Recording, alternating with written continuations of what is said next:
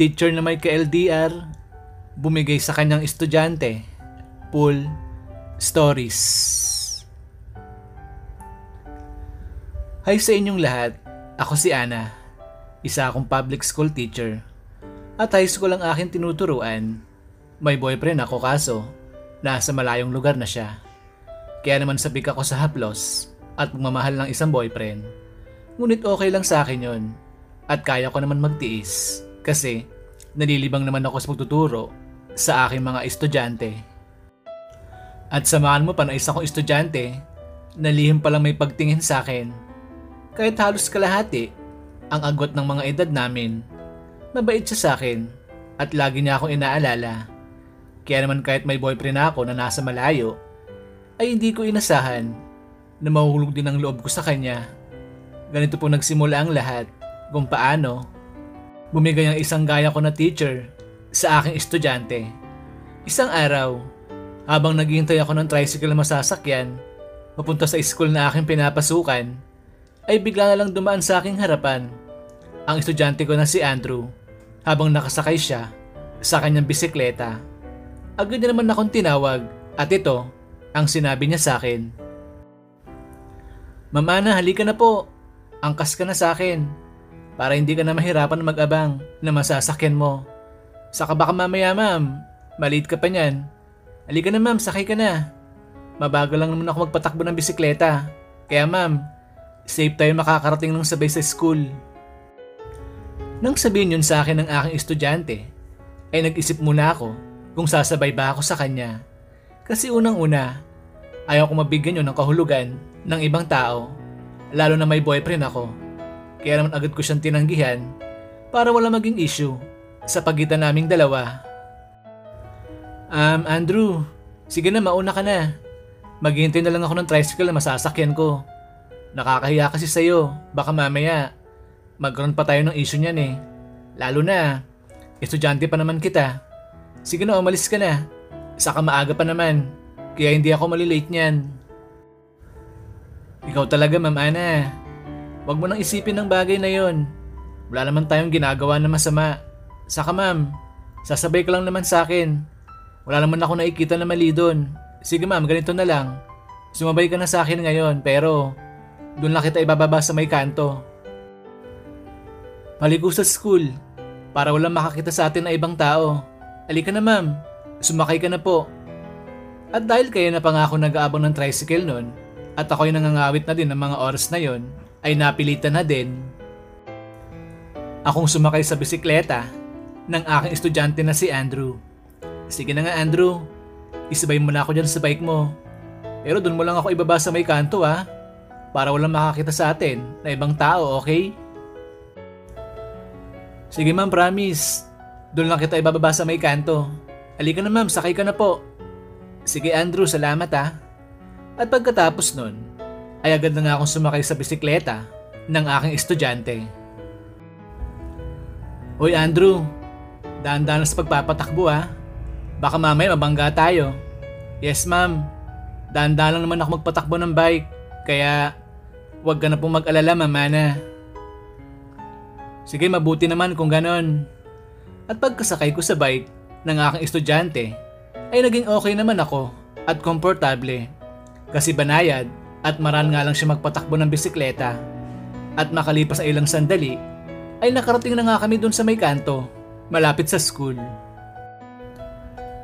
Ma'am Ana, andito na po tayo. Pwede na po kayong bumaba. Dahan-dahan lang ma'am, baka matumba ka. Sige Andrew, salamat Sige, kita lang tayo mamaya sa classroom. Sige na, mauna ka na. At baka may makakita pa sa atin dito. Sige ma'am, ingat po kayo. At pagkatapos nun, ay dumiretso na nga si Andrew sa school. At ako naman, ay naglakad na lang. Total, malapit na din yung school na aking pinagtatrabahuhan. At makalipas ng ilang sandali, ay nakarating na nga ako doon sa school. Agad ko naman nakita si Andrew na ando na siya sa loob ng classroom kung saan ako magkaklase ng mga oras na yon. At habang nagtuturo na ako ng lecture sa aking mga estudyante, ay napapansin ko si Andrew na iba ang mga tinginan niya sa akin. Kaya naman dahil doon, ay nag-isip na ako ng kung ano-ano. Inisip ko na may paghanga sa akin ang estudyante ko na si Andrew. Kaya ganun na lang kung makatingin siya sa akin. At pagkatapos ng klase ko ng araw na yon, ay agad na ako umuwi ng bahay. Nga pala, mag-isa lang ako sa inuupahan kong apartment kasi patay ng mga magulang ko at ang mga kapatid ko naman ay may kanya-kanya ng buhay at pamilya.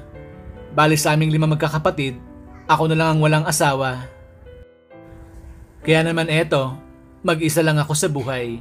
At ang boyfriend ko naman ay nasa malayo, LDR kaming dalawa. Kaya dahil doon, ay nahihirapan din talaga ako sa kalagayan naming dalawa. Ngunit, kailangan ko magtiis kasi nga, mahal na mahal naman namin ang isa't isa. At nang patulog na ako ng gabing yon, ay bigla na lang umulan ng malakas. Napakalamig ng gabing yon, kaya naman bigla akong na-miss ang aking boyfriend. At dahil na-miss ko nga siya ng mga oras na yon, ay bigla na lang may pumasok na kung ano sa aking isipan. At maya-maya lang ay bigla ako napangiti. Kasi nga, hindi ko man aminin sa aking sarili, ay nahanap-hanap ko ngayong gabi yung pagpapaligaya na ginagawa sa akin ng aking boyfriend dati. Kaya naman dahil doon, ay bigla ako naisip na tawagan ng aking boyfriend para mag-video call kaming dalawa. Ngunit ng mga oras na yon, ay kahit anong tawag ko sa kanyang cellphone, ay hindi naman siya sumasagot.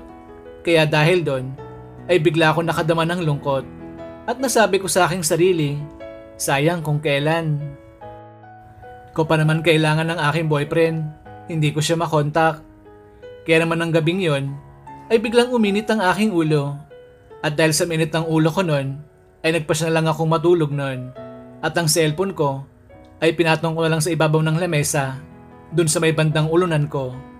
At makalipas lang na ilang sandali, ay bigla na lang tumunog yung aking cellphone. Kaya naman dahil doon, ay agad ako napabangon mula sa aking pagkakahiga kasi naisip ko na baka yung boyfriend ko na yon. Agad kong kinuha yung aking cellphone at ang hawak ko na to ay agad kong chinek kung sino ba yung nag-message sa akin.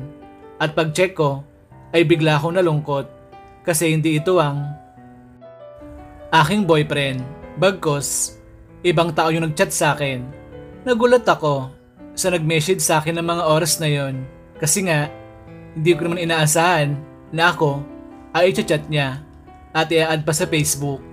Kaya naman dahil doon ay nang dalawang isip ako kung dapat ko pa bang i-accept yung friend request niya sa akin kasi nga yung nag-chat sa akin at nag-add sa Facebook ay ang estudyante ko na si Andrew. Nag-isip muna ako kung anong gagawin ko at maya-maya lang habang nag-iisip ako ay muli siyang nag-chat sa akin. Kaya dahil doon, ay agad ko na yun binasa. At ito ang laman ng kanyang message sa akin. Hi Ma'am Ana, ang lamig po ngayon. At hindi ako makatulog. Kaya yun, kayo agad ang naisip ko. Kaya ma'am, bigla ako naisipan i-chat ka. Ma'am, gising ka pa ba? Usap muna tayo ma'am. Hindi naman kasi ako makatulog kahit malamig ang panahon. Saka ma'am, pa-accept naman yung friend request ko sa'yo. Kung okay lang. At nang mabasa ko na yung chat sa akin ng aking estudyante, ay agad ko na siyang nireplyan. Kasi ng oras na yon, ay asar ako sa aking boyfriend. Kaya naman naisipan ko muna makipag-usap sa aking estudyante. Oo nga Andrew, malamig ngayon. Ang sarap sana ng may kayakap. Nga pala, ba't ako naman agad ang nasa isip mo? Bakit kumot ba ako ha? Ano kasi ma'am, malamig kasi ngayon kaya ito, hindi ko alam kung bakit kayo ang biglang pumasok sa aking isipan. At oo ma'am, tama ka, masarap ang may kayakap ngayon kasi malamig. Nga pala ma'am, wala ka bang boyfriend? Kung meron ma'am, di siya na lang yayain mo, nayakapin ka diba? Tsaka ko ma'am, magiging masarap ang tulog mo niyan. Andrew, gustuhin ko man na magpayakap sa boyfriend ko. Hindi ko magagawa kasi yun nga, wala siya dito. Nasa malayo siyang lugar. Kaya eto, tiis-tiis ako kahit malamig ngayon. Nga pala, bakit mo naman tinatanong sa akin ng mga bagay na yan ha? Alalahanin mo, estudyante kita ha. At ako, ang pangalawang mong magulang pag nasa paaralan ka. Kaya dapat, ayus-ayusin mo ang mga tinatanong mo sa akin, okay? Ay opo ma'am, aayusin ko na ang pagtatanong ko sa'yo. Sorry ma'am, kung natanong ko sa yung bagay na yon. Nga pala ma'am Ana, paki-accept na yung friend request ko sa'yo. Kasi gusto ko na maging friend sa Facebook. Sige na ma'am, please. At dahil sa mabait naman sa akin, yung estudyante ko na si Andrew, ay nagawa ko na siyang i-accept para maging friend na kami sa Facebook. At na ma-accept ko na siya, ay agad niyang pinusuan yung aking mga litrato. At maya-maya lang, ay muli siyang nag-chat sa akin. Ma'am Ana, salamat sa pag-accept sa akin. Nga pala ma'am, ang sexy mo pala at ang ganda ng katawan mo. Nakita ko kasi yung picture mo nang naligo ka sa dagat. Nakatupis ka kasi doon ma'am.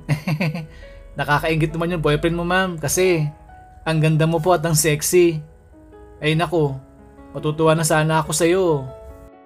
Ang kaso, yung mga sinasabi mo sa akin ngayon, para may ibig kang sabihin na, ikaw Andrew mag-aral ka muna mabuti at magtapos bago ka humanga sa isang babae na gaya ko. Baka mamaya, gaya na lang atupagin mo, hindi ka na makapagtapos ng iyong pag-aaral. Aral muna bago ligaw, okay? Opo Ma'am Ana, mag-aaral ako mabuti para makapag-asawa ko na kasing ganda mo at sexy. Sana nga ma'am, ikaw na lang. Joke lang ma'am. At nang sabihin yun sa akin ng pabiro ng aking estudyante, ay parang may kumurot sa akin at bahagya akong kinilig. Siguro marahil ay namiss ko ang aking boyfriend kaya ako nakaramdam ng ganon. At pagkatapos kong kiligin ng bahagya ay muli nagchat sa akin ang aking estudyante na si Andrew. Ma'am Ana, sino ngayon ang kasama mo dyan sa bahay mo? Wala akong kasama ngayon Andrew. Mag-isa lang naman ako dito sa apartment ko. Nga pala, bakit mo naman tinatanong ha? Wala ma'am, kala ko kasi may iba ka pang kasama. Yun pala ma'am, wala na. Sayang ma'am kung malapit. Lang ako dyan sa apartment mo ngayon. Baka pinuntahan na kita para mayakap kita na mahigpit. Kasi di ba sabi mo, masarap sanang may kayakap ngayon? Nang oras na yon, ay parang gusto kong papuntahin na sana ang estudyante ko na si Andrew dito sa apartment ko. Kasi nga malungkot ako nun at mag-isa lang. Kaya naman dahil doon ay sinakyan ko ang biro sa akin ng aking bibong estudyante na si Andrew. Ikaw talaga Andrew, masyado kang bibo dyan ha. Sige nga pumunta ka. Ngayon kung kaya mo, alalahanin mo ang lakas ng ulan ngayon. Kaya alam ko naman na nagbibiro ka lang, di ba? At hindi ka naman talaga pupunta dito. Ma'am Ana, hindi ako nagbibiro. Gusto talaga kitang puntahan ngayon. Sige ma'am, akin na yung address mo para makapunta ako sa'yo dyan ngayon. At nga pala Ma'am Ana, anong suot mo ngayon na damit? Pwede ko bang malaman kung okay lang po? Nang oras na yon, ay nagtataka na ako sa mga tinatanong sa akin ng aking estudyante. Ngunit ng mga oras na yon, ay parang gusto kong sagutin lahat ang kanyang mga tinatanong sa akin. Kaya naman dahil doon, ay hindi na ako nagdalawang isip pa. Agad ako nagpalit ng sexing damit na pantulog at nang makapagpalit na ako, ay agad ako nagpicture sa aking sarili. At pagkatapos nun, ayun na, ang send ko sa aking estudyante na si Andrew. At nang maisend ko na yun sa kanya, ay agad-agad siyang nagchat sa akin.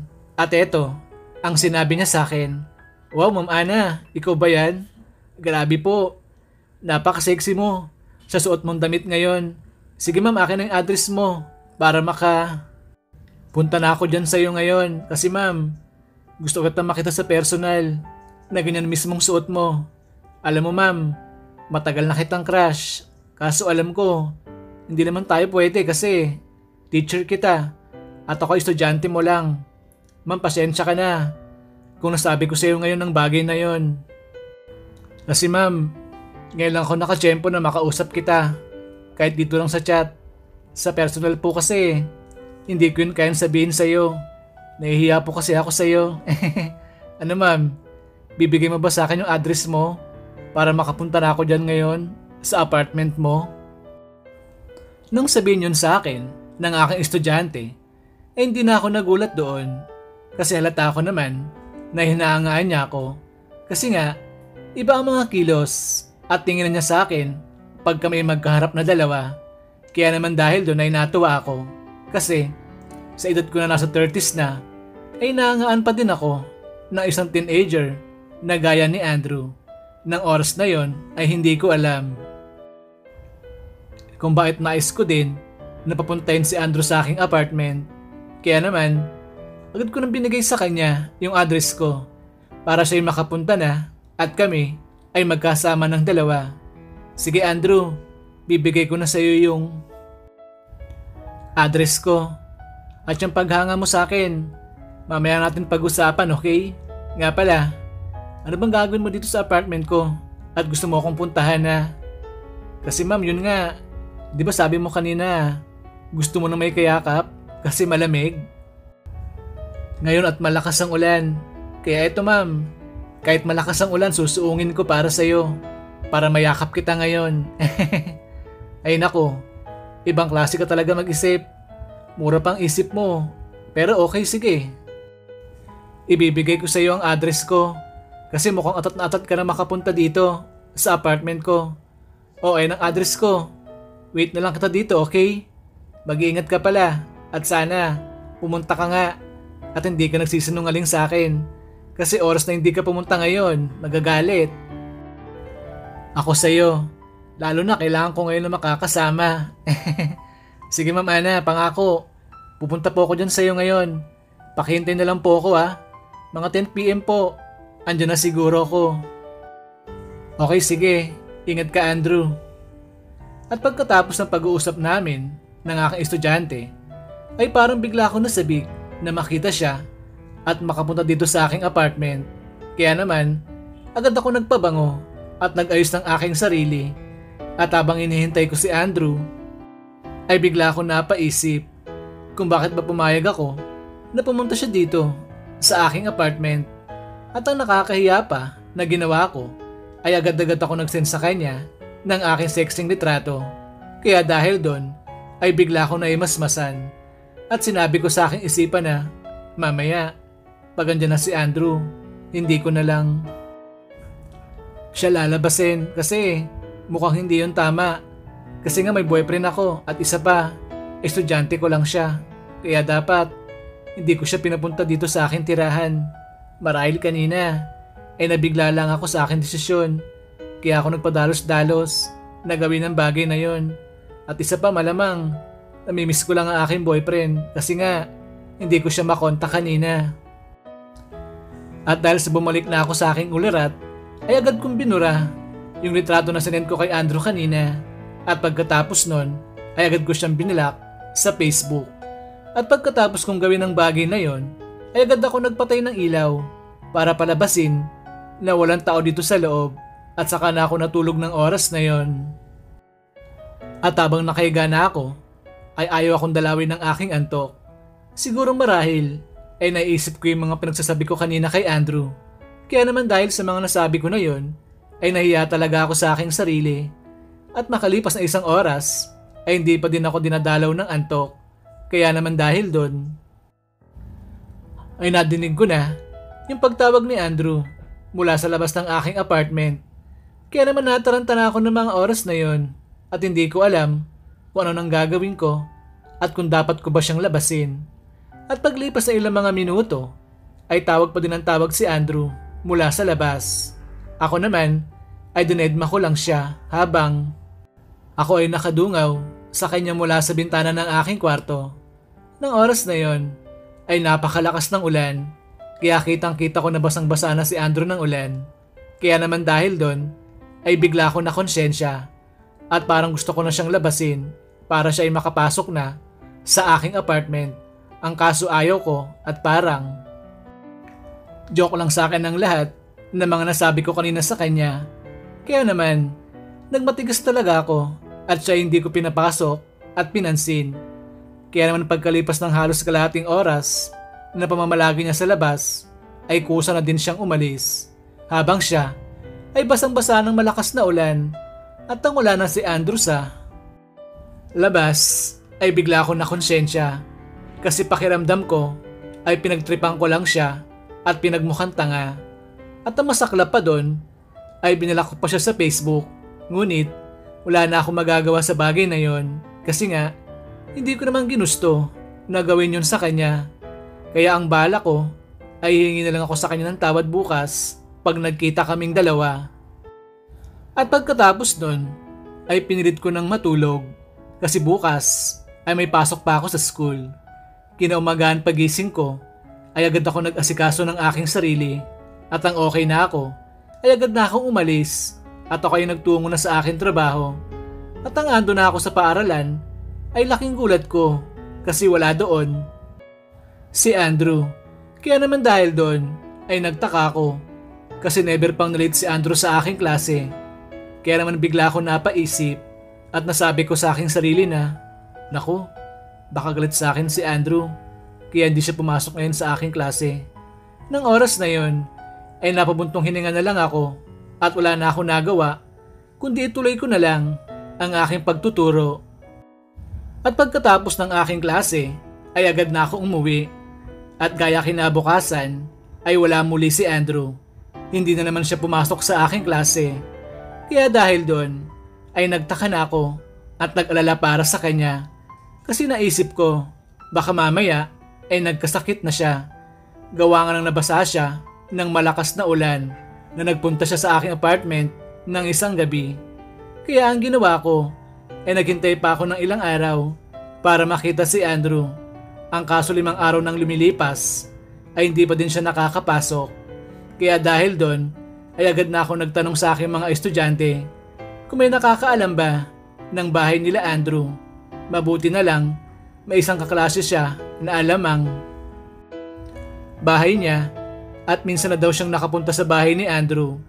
Hindi na ako nagsayang pa ng oras kaya pagkatapos ng aking klase ay agad ako nagpasama sa isa sa kaklase ni Andrew. Agad kami nagtungo sa bahay nila at ang ando na kami ay laking gulat ko kasi madaming tao doon at mukhang may nakaburol. Kaya naman, agad kaming lumapit sa bahay nila Andrew para alamin kung sino ba yung nakaburol sa bahay nila. At nang ando na kami, ay doon namin napag-alaman sa mga tao doon na mama pala ni Andrew yung nakaburol. Namatay daw ito ng isang gabi nang si Andrew ay umalis ng bahay nila. Inatake daw ito sa puso at nataon na walang kasama ito. Kaya naman nang malaman kong bagay na yon ay natulala ako kasi yun atang araw na nagpunta si Andrew sa aking apartment. Ang kaso yun nga lang, ginago ko pa siya at pinaasa lang. Kaya naman parang may iyak na ako ng mga oras na yon kasi pakiramdam ko ay kasalanan ko kung bakit namatay ang mama ni Andrew. Pilit kong pinigilan na wag umiyak at habang mapalapit na kami sa mama ni Andrew na nakaburol ay may bigla na nagsalita mula sa aking likodan. Paglingon ko ay si Andrew na pala ito. Ma'am Ana at classmate, ano pong ginagawa niyo dito sa bahay? Agad kaming napalingon sa likodan namin nang madinig namin yung boses ni Andrew. At ang kaharap ko na si Andrew ay pilit na ako nagsalita kahit alam ko na may kasalanan ako sa kanya. Andrew, naparito ako sa bahay mo para kamustahin ka sana kasi yun nga, 1 linggo ka nang hindi pumapasok sa school. Hindi ko naman alam na namatay palang mama mo.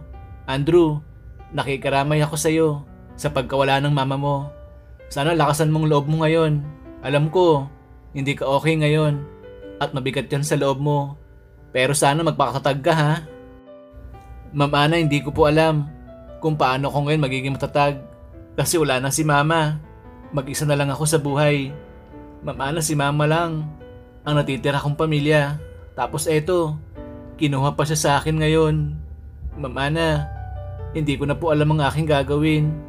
Mabigat po sa loob ko ang pagkawala ni mama.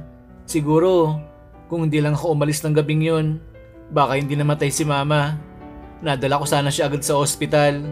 Kaso ito, wala na si mama. Hindi ko na alam ang aking gagawin ngayon. Sana, sabay na lang kaming namatay ni mama para kasama. Ako na din siya sa langit.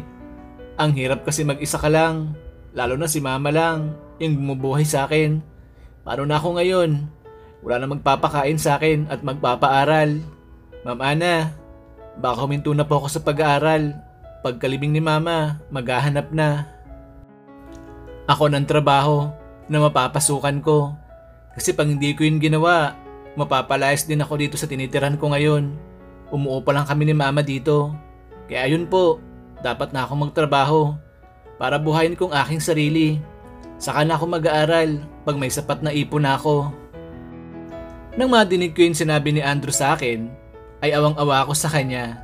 Kasi pakiramdam ko ay akong may kasalanan ng lahat. Kung di ko lang sana pinapunta si Andrew sa bahay ng gabing yun, ay baka buhay pang kanyang mama ngayon. At ito ay kasama niya pa. Kaya naman dahil doon, ay ang sarili ko talagang aking sinisi. Sa nangyari sa mama ni Andrew, nawala na nga siya ng mama, pati pag-aaral niya ay mawawala na din sa kanya. Kaya naman, hindi ko napigilan ng aking sarili at ako'y napaluha na din habang nakatingin ako sa nakakaawang itsura ni Andrew. At maya-maya lang ay bigla ko na lang niyakap si Andrew para siya ay aking madamayan. Tahan na, huwag ka nang umiyak. Dapat magpakatatag ka ngayon. Pilitin mong mabuhay at maging malakas kahit wala na ang iyong mama. Alam ko mahirap yung tanggapin kasi ang mama mo na lang ang iyong kasama sa buhay. Nga pala Andrew, huwag ka sanang tumigil sa iyong pag-aaral. Kasi sayang naman, ilang buwan na lang, pag-graduate ka na, tapos college ka na, di ba? Kaya sana pilitin mo pa rin makapagtapos ha. Gawin mo yan para sa iyong mama. Alam ko pag tinapos mo ang iyong pag-aaral, matutuwa siya at ikaw ay pagmamalaki niya dun sa langit. Kaya sana, ituloy mo ang pag-aaral mo para din naman yun sa iyong sarili. At nang masabi ko na yun kay Andrew, ay hindi na siya nagsalita. Nanahimik lang siya habang kami ay magkayakap na dalawa. At maya-maya lang pagkatapos namin magyakapan ni Andrew, ay niyaya niya na ako na pumasok muna sa loob ng bahay nila para kumain at makipagkwentuhan pa. At habang nagkikwentuhan kami, nila Andrew ay nagulat ako at tumanga sa kanya. Kasi paano ba naman, alam ko na ako talagang may kasalanan sa pagkawala ng kanyang mama. Ngunit, hindi niya ako sinisi at hindi niya sinumbat sa akin yung ginawa ko sa kanya ng gabing yon. At hindi niya din inopen yung pag-block ko sa kanya sa Facebook. Kaya dahil doon, ay humanga talaga ako sa kanya sa taglay niyang kabaitan. At makalipas ang halos 2 oras, ay nagpaalam na kami kay Andrew kasi gabi na din ang oras na yon. Kaya dapat na kaming umuwi ng aking kasama. Andrew, uuwi na kami ng classmate mo. Gabi na din kasi. Babalik na lang kami dito para magbigay ng tulong sa'yo, okay? Sige na, mag-iingat ka at lakasan mong loob mo, okay? Sige po, Ma'am Ana. Maraming salamat sa'yo. Ingat kayo ni classmate. Sige po, halika. Hatid ko na kayo sa labasan. Sige, Andrew. Salamat sa'yo. At pagkatapos nun, ay umuwi na nga ako sa bahay habang daladala ko yung bigat sa aking puso na nangyari sa mama ni Andrew. At ang ando na ako sa bahay, ay bigla ko lang naisipan na i-unblock na si Andrew sa Facebook para naman muli ko siya makausap at makamusta. Kinabukasan, bumalik kami sa bahay nila Andrew para ibigay yung tulong sa kanya. At ang maibigay ko na yon ay masaya naman si Andrew kasi malaking tulong na daw yon sa pagpapalibing sa kanyang mama. Ma'am Ana, salamat po sa tulong na binigay niyo sa akin. Malaki na po magagawa na ito para sa aking mama. Sige Andrew, wala yon. Nga pala, bukas ang libing ng mama mo, di ba? Sana pag nailibing ng mama mo, pumasok ka pa sa school, Andrew ha. Sayang naman kasi kung titigil ka sa pag-aaral mo. Ma'am Ana, bahala na po. Titingnan ko kung anong mangyayari pag nailibing na si mama. Halika po ma'am, doon tayo sa loob ng bahay para makapagkape kayo ng aking mga classmates. Sige Andrew, maraming salamat sa'yo. At paglipas ng mga oras, ay nagpaalam na din kami kay Andrew. At bukas sinabi ko sa kanya na hindi ako makakapunta sa libing ng kanyang mama Kasi nga, may pasok ako sa school. Andrew, hindi ako makakapunta bukas sa libing ng iyong mama kasi alam mo, naman, may pasok ako sa school, di ba? Kaya sana, maintindihan mo ko. Yes ma'am, okay lang po yun. Kaya wag ka na pong mag-alala pa. Alam ko naman na hindi ka makaka-absent sa school. Kasi, magtuturo ka. Sige ma'am Ana, ingat po kayo pag-uwi Balitaan ko na lang po kayo pag makakapasok pa ako sa school sa mga susunod na araw. Sige Andrew, sana makapasok ka. Pilitin mo kasi, para sa'yo din naman yun. At pagkasabi ko nun kay Andrew, ay nginitian niya lang ako ng pilit.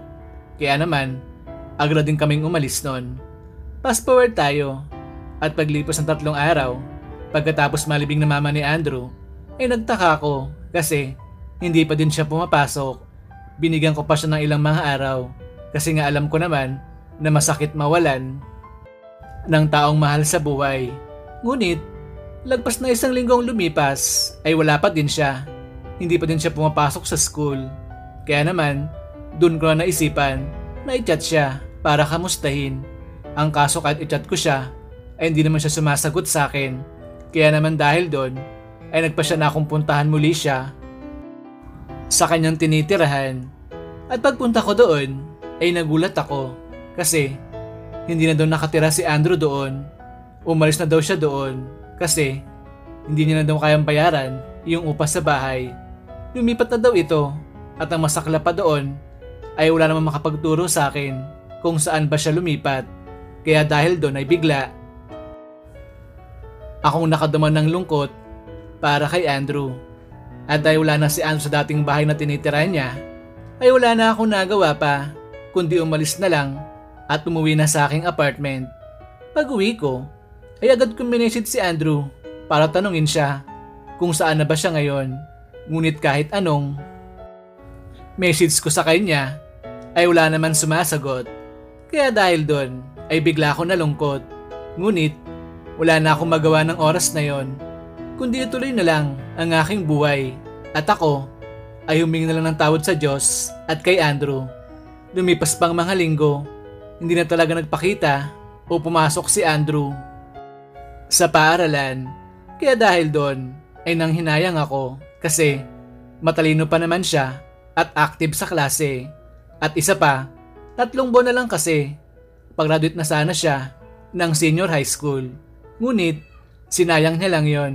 Sa bagay, hindi ko naman siya masisisi sa bagay na yon kasi nawalan siya ng taong mahal niya sa buhay. At sa ngayon, ay mag-isa na lang niya na hinaharap ang kanyang masilimuot na buhay. At paglipas ng 1 buwan, ay tuloy na ako nawalan ng balita kay Andrew. Kaya tinigil ko na din ang pagme-message sa kanya sa Facebook kasi nga wala naman din sumasagot. At isang gabi, habang mag-isa lang ako sa aking apartment at kasagsagan din yun na malakas na bagyo, ay bigla na lang ako nagtaka na may kumatok na malakas sa aking gate. Nang una akala ko, bayo lang yun na malakas na hangin na galing sa bagyo. Kaya naman hindi ko yun pinansin at ako ay nagpatuloy lang sa aking pagkain ng hapunan. Ngunit maya-maya lang ay bigla ako nakadinig na isang boses na sumisigaw at tila tinatawag niya ang aking pangalan. At ang boses na yon ay parang pamilyar pa sa akin. Kaya naman dahil doon ay dali-dali ako lumabas ng aking apartment para tingnan kung sino ba yung sumisigaw na yon at tumatawag sa aking pangalan. At pagbukas ko ng gate ay bigla ako nagulat at parang maiiyak pa ako noon. Kasi nga, si Andrew yung bumungad sa akin. Basang-basa na siya ng ulan ng oras na yon. Kaya dahil doon ay agad ko na siyang hinaltak papasok sa loob ng aking apartment. At ang ando na kami sa loob ng aking apartment ay agad ko siyang niyakap na mahigpit habang ako ay umiiyak pa ng mga sandaling yon. At habang yakap-yakap ko si Andrew ay damang-dama ko ang haplos na mga kamay niya mula sa aking likodan. At pagkalipas pa ng ilang sandali ay kusa nang kumala sa yakapan namin si Andrew. At pagkatapos nun ay saka na siya nagsalita. Ma'am Ana, pwede bang dumito muna? Ako sa apartment po. Ma'am, wala na kasi ako mapupuntahan eh. Ang hirap tumirap sa kalsada. Wala akong makain doon at maayos na tulugan. Ma'am, sige na po, pumayag ka na. Lahat po gagawin ko. Kahit ako na lang ang gumawa sa mga gawaing bahay dito. Nang madinig ko yung sinabi sa akin ni Andrew, ay agad-agad akong pumayag at ako ay hindi na nagdalawang isip pa. Kasi nga, nais kong bumawi sa kanya sa nagawa ko sa kanyang kamalian. Oo, sige Andrew, payag akong dito ka muna tumira sa akin. Mag-isa lang naman. Ako dito sa apartment ko. Kaya sige, dito ka na tumira sa akin. Diyos ko, ano ba nangyari sa iyo ah? Matagal na kitang hinahanap at mini-message sa FB account mo. Ang kaso, hindi ka naman sumasagot. Nagpunta rin ako sa bahay niyo dati na inuupahan. Ang sabi sa akin, wala ka na daw doon. Nagtanong ako kung saan ka na nakatira. Ang kaso, wala namang makapagsabi sa akin kung asan ka na. Kaya yun Andrew, bigla talaga akong nalungkot. Kasi yun nga, hindi na kita nakikita. Tapos, hindi ka na din pumapasok. Napabayaan mo nang yung pag-aaral. Ma'am Ana, pasensya ka na kung napabayaan ko ang aking pag-aaral. At saka ma'am, kaya ako po hindi nasasagot ng mga messages mo sa akin kasi wala na po akong cellphone. Nabenta ko na po para may pambili ako ng pagkain. Tapos ma'am, kusa na din akong umalis sa inuupahan namin ni mama dati kasi may mga balanse pa si mama sa may-ari ng bahay. Kaya yun, wala na akong nagawa kundi umalis na lang doon. Kasi alam ko sa huli, papalayasan din ako doon kasi wala na akong mababayad sa upa sa bahay. Ma'am, hindi ko na alam ang gagawin ko. Nahihirapan na po. Ako, Ma'am Ana, hindi ko na alam ang gagawin ko. Ang hirap mabuhay pag walang magulang at walang tumutulong sa'yo. Nang oras na yon, ay damang-dama ko ang pighati at paghihirap ni Andrew. Kaya naman dahil doon, ay muli ko siyang niyakap at muli ko din pinalakas ang loob niya. Andrew, huwag ka nang umiyak. Andito na ako sa tabi mo. Ako nang bahala sa'yo. Tutulungan kita, okay? Sige na, tahan na. Huwag ka nang umiyak ha. Sige po Ma'am Ana, maraming salamat sa inyo. Ma'am, sigurado ka ba na okay lang sa'yo na mamalagi muna ako dito sa apartment mo? Kasi baka nakakaabala ako sa'yo. Oo Andrew, sigurado ako. Kaya huwag ka na mahiya sa akin, okay? Sige. Magpalit ka na ng damit mo. May t-shirt ako dyan na malaki at shorts. Yun munang suotin mo ha. At bukas, ibibili kita ng damit. Tamang-tama, Sunday bukas. Wala akong trabaho. Sige na, pumunta ka na ng CR. Maligo ka na doon. At isusunod ko na lang sa'yo yung damit at tuwalya mo. Sige na, bilisan mo na at baka sipunin ka pa niyan or magkasakit. At nga pala, pagkatapos mo maligo, sabayan mo na akong kumain ng hapunan ha. Kumakain kasi ako nang kumatok ka sa gate ko kanina. Sige po Ma'am Ana, maraming salamat ulit sa inyo. Sige Andrew, wala yun. Sige na, ligo ka na. At pagkatapos namin mag-usap ni Andrew, ay agad na nga siyang nagtungo dun sa may CR para maligo. Ako naman ay naghanap ng damit na masusuot niya. At na makahanap na ako, ay agad ko yun inabot sa kanya. At pagkatapos nun, ay muli akong bumalik sa hapagkainan at dun ko na lang siya hinintay. At maya-maya lang, ay lumabas na ng CR si Andrew. At pagtingin ko sa kanya, ay natulala. Ako sa kanya ng bahagya kasi lumabas muli ang kanyang kagwapuhan. Wow, ang gwapo mo naman Andrew. Sana lagi kang ganyan. Sige na, halika na. Maupo ko na dito sa hapagkainan. Sabayan mo na akong kumain dali. Ma'am Ana, medyo naiilang lang ako sa shorts na binigay mo sa akin. Medyo maigsi kasi. Pero sige po, okay na to. Kesa naman wala akong masuot, di ba? Sige, halika na, kumain na tayo. At baka biglang mawalan ng ilaw. Lalo na, lumalakas yung bagyo at hangin sa labas. Okay Ma'am Ana, sige po. At habang kumakain na kami ni Andrew, ay napapansin ko siya na panay sulyap sa akin. Ako naman, ay dinedma ko lang yon. At ako ay nagpatuloy lang sa aking pagkain ng hapunan. At makalipas ang ilang mga sandali, ay bigla nang nagpatay-sindi yung ilaw. Kaya naman bigla ako natakot. Kasi nga, takot ako sa madilim na paligid. Ay ano ba yan? Mukhang magbabraan out. Paata Andrew, halika na. bilisan na natin kumain. Mahirap kasing kumain ng madilim. Sige po Ma'am Ana, bilisan na natin. Tama kayo, mahirap kumain ng madilim at baka matinig pa tayo ng isda. Kaya naman dahil doon, ay nagmadali na kami ni Andrew na kumain ng hapunan.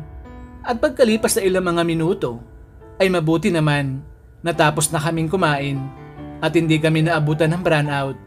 Ang kasong kinakatakot ko ay lalong lumalakas yung hangin sa labas. Kaya may posibilidad talaga na mawalan ng ilaw. Nga pala Andrew, okay lang ba sa'yo? Nandito ko na lang sa sopa matulog. Isa lang kasi yung kwarto ng aking apartment. Tapos maliit pa yung kama. Oo naman Ma'am Ana, okay lang sa akin. Kahit saan ako mahiga, ang mahalaga, may matutulugan na ako na maayos. Sige, mabuti naman kung ganon. Sige, doon ka na muna sa sopa. Maupo ka doon at magpahinga, okay? Ako nang bahala. Ang manggugas ng mga pinagkainan nating dalawa. Sige po Ma'am Ana, salamat sa iyo. At pagkatapos nun, ay nagmadali na nga ako na hugasan yung mga plato. At nang tapos na ako, ay agad kong kinuanan si Andrew ng unan at kumot para meron siyang magamit sa kanyang pagtulog. Andrew, ito yung unan mo at kumot. Sige na, magpahinga ka na dyan ha. Alam ko pagod ka. Bakas kasi yun sa mukha mo. Opo Ma'am Ana, ilang araw na din kasi akong din nakakatulog na maayos. Parang 1 linggo na ata. Ay, hindi, alos 1 buwan na pala. Ang hirap kasi matulog sa kalsada. Ang iingin ng mga dumadaan na sasakyan. Kaya ayun, palagi akong napupuyat. Okay, sige. Kaya ngayon, matulog ka na at magpahinga.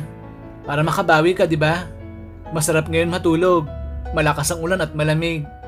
Opo Ma'am Ana, masarap nga ngayon matulog kasi malamig. Masarap din.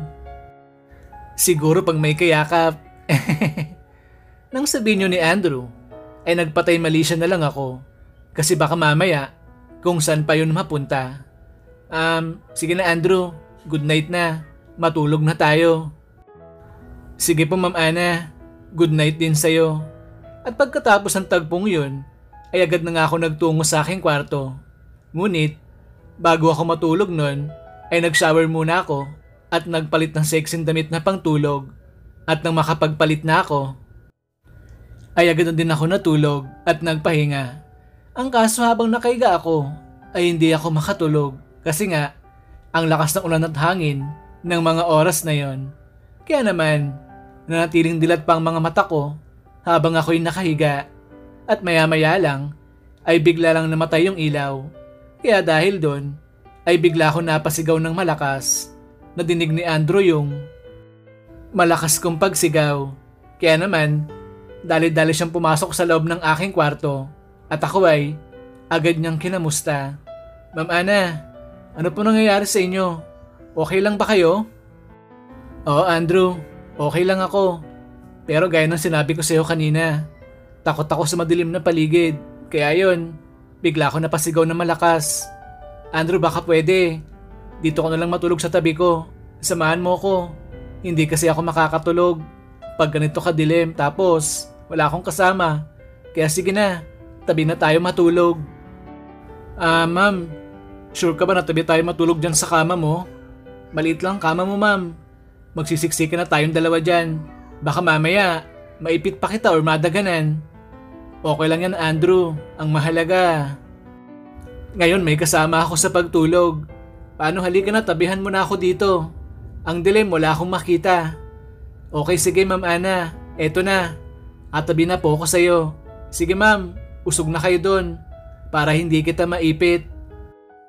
Oo Andrew, nakausog na ako. Kaya bilisan mo, halika na. Tumabi ka na sa akin para makapagpahinga na tayo at matulog.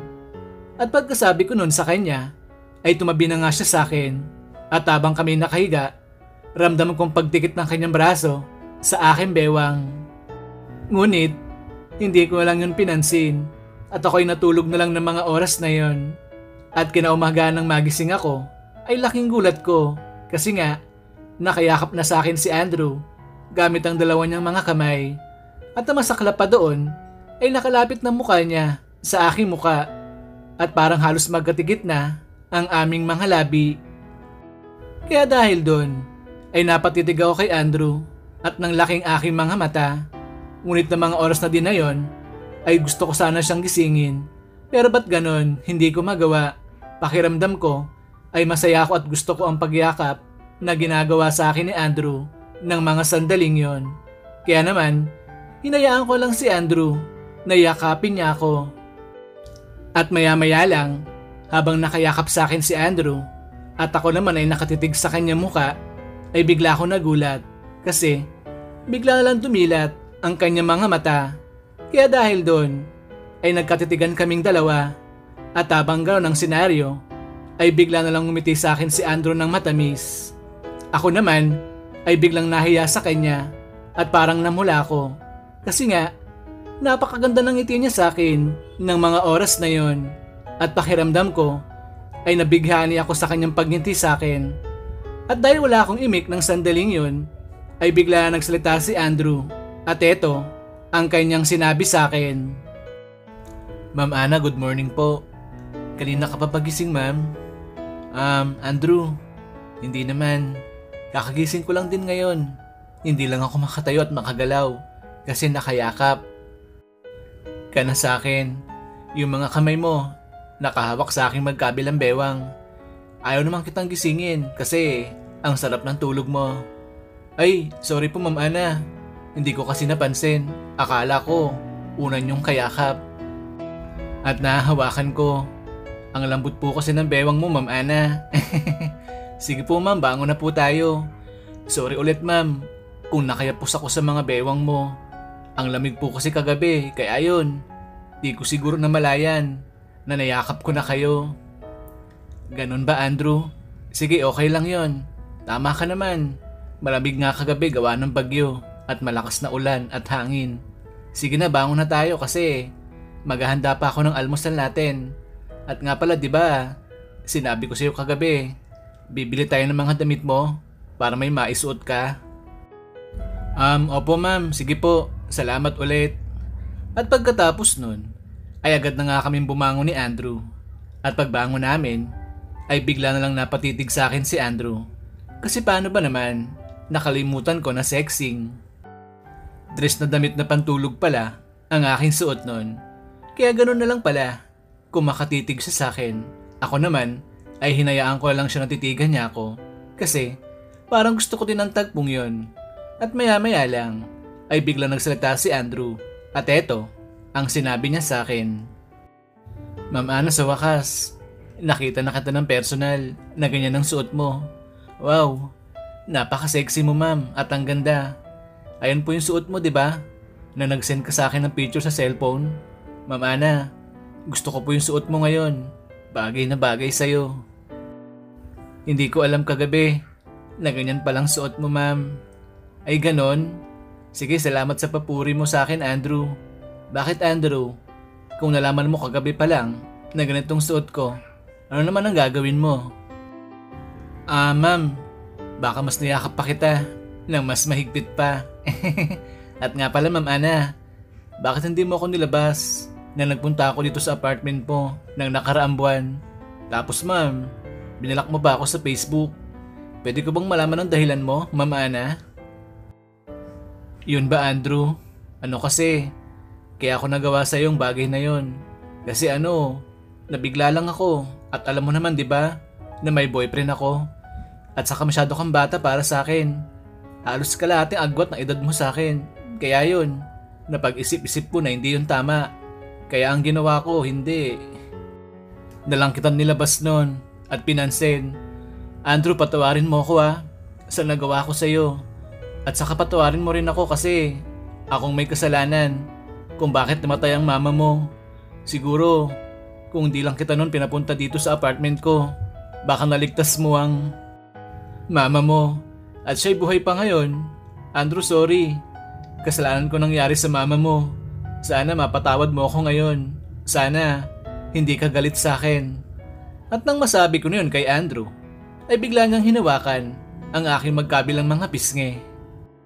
At pagkatapos nun, ay hinaplos niya ito. At pagkatapos niya yung gawin sa akin, ay saka na siya nagsalita. Ma'am Ana, kakalimutan ko lahat yon. Kung papayag ka, nahalikan kita sa iyong labi. At pagkasabi sa akin ni Andrew, ay agad niya nang ginawa ang bagay na yon. Agad niya akong tinuka sa aking labi at hindi niya na hinintay iyong sagot ko kung ako ba'y papayag sa kanyang nais na yon. Ngunit dahil sa ginawa niyon agad sa akin ay wala na akong nagawa pa kundi pumayag na lang. At habang ako'y tinutuka ni Andrew sa aking labi ay bigla niya akong hinawakan sa aking magkabilang bewang. Ako naman ay wala nang magawa noon kundi sakyan na lang kung ano ang gusto ni Andrew. At habang kami nagtutukaan ni Andrew ay nakadama ako ng saya noon at nasabi ko sa aking sarili na etong namimiss ko ngayon. Kaya sige Andrew, tukain mo lang ako sa aking labi. Mga salita na nasabi ko sa aking sarili habang ako'y tinutuka niya sa aking labi. At maya-maya lang ay bigla nang kumalas si Andrew sa aming tukaan na yon. At pagkatapos nun ay saka niya ako tinitigan na malagkit. Ako naman ay napatitig na lang din sa kanya at saka kami nagkangitian na dalawa. At pagkatapos ng ngitian namin na yon ay muling nagsalita si Andrew. Ma'am Ana, pwede bang ganyan munang suot mo habang nagluluto ka ng almusal natin? Gusto ko kasi ganyan ang suot mo, Ma'am Ana. Kasi napaka-sexy mo po. Ma'am Ana, papayag ka ba sa aking gusto? At nang sabihin yun sa akin ni Andrew, ay hindi ako nagsalita. Nginitian ko na lang siya. At saka na ako tumayo at lumabas ng kwarto. At habang palabas na ako ng kwarto ko, ay nilingon ko si Andrew. Paglingon ko sa kanya, ay aktong nakita ko siya na nakatingin sa akin sexing katawan. Ako naman ay muling ngumiti na lang sa kanya. At pagkatapos nun, ay saka na ako nagluto ng aming almusal ni Andrew. At habang nagluluto na ako ng agahan namin ni Andrew, ay ang saya-saya ko nun. Siguro marahil ay dahil sa ginawang pagtuka sa akin ni Andrew kanina lang. Kaya naman, naging magandang mood ko ng mga oras na yon. At makalipas ang halos 30 minutes, ay natapos na ako magluto ng aming agahan ni Andrew. Kaya dahil doon, ay agad ko na siyang tinawag. Andrew, halika na. Kakain na tayo ng agahan. Nakapagluto na ako. Tiyak ako. Magugustuhan mo tong almusal na hinanda ako para sa'yo. Sige Ma'am Ana, salamat po sa'yo. Halika na po, kain na tayo. At nang papunta na kami sa harap ng hapagkainan ni Andrew, ay bigla niya akong inakbayan. Ako naman, ay hinayaan ko lang siya na gawin niya yun sa akin. At ang ando na kami sa harap ng hapagkainan, ay agad ko siyang pinaghain. At pagkatapos nun, ay saka na kami kumain na dalawa.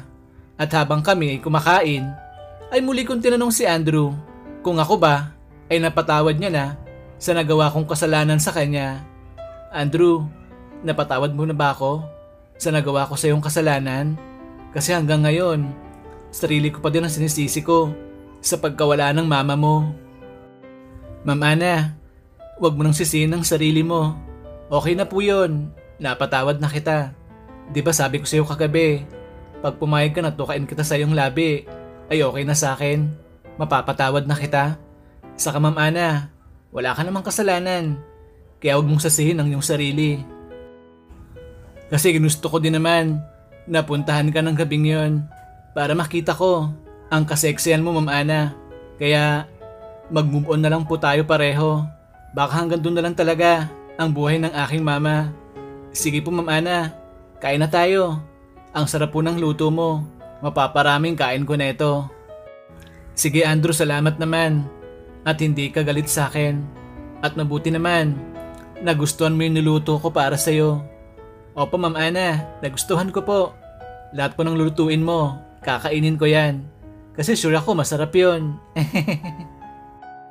At pagkasabi sa akin ni Andrew, ay ngumiti na lang ako sa kanya. At pagkatapos nun, ay tinuloy ko na lang muli ang aking pagkain ng almusal. At ang tapos na kaming kumain, ay si Andrew na ang nagpresenta na magugas ng aming mga pinagkainan. Ma'am Ana, ako na pong bahala magugas ng mga pinagkainan natin. Magpahinga na lang po kayo dun sa sala. Sige na ma'am, kaya ko na to. Sige Andrew, maraming salamat sa'yo. Mabait ka din naman pala at masipag na bata. Ma'am Ana, hindi na ako bata. Alam ko na po yung mga nangyayari sa aking buhay at sa paligid. Kaya sana po, wag nyo na akong ituring na bata sa inyong paningin. Okay, sige. Sabi mo eh. Sige na, hugasan mo ng mga yan. Bilisan mo kasi mamaya aalis tayo. Bibili tayo ng mga damit mo. Okay, sige po, Ma'am Ana. At pagkatapos nun, ay nagtungo muna ako sa sala habang hinihintay ko na matapos si Andrew sa kanyang ginagawa. At pagkalipas lang ng ilang sandali, ay natapos na nga siya sa kanyang ginagawa. Kaya naman, agad na siyang tumabi sa akin dun sa may sopa.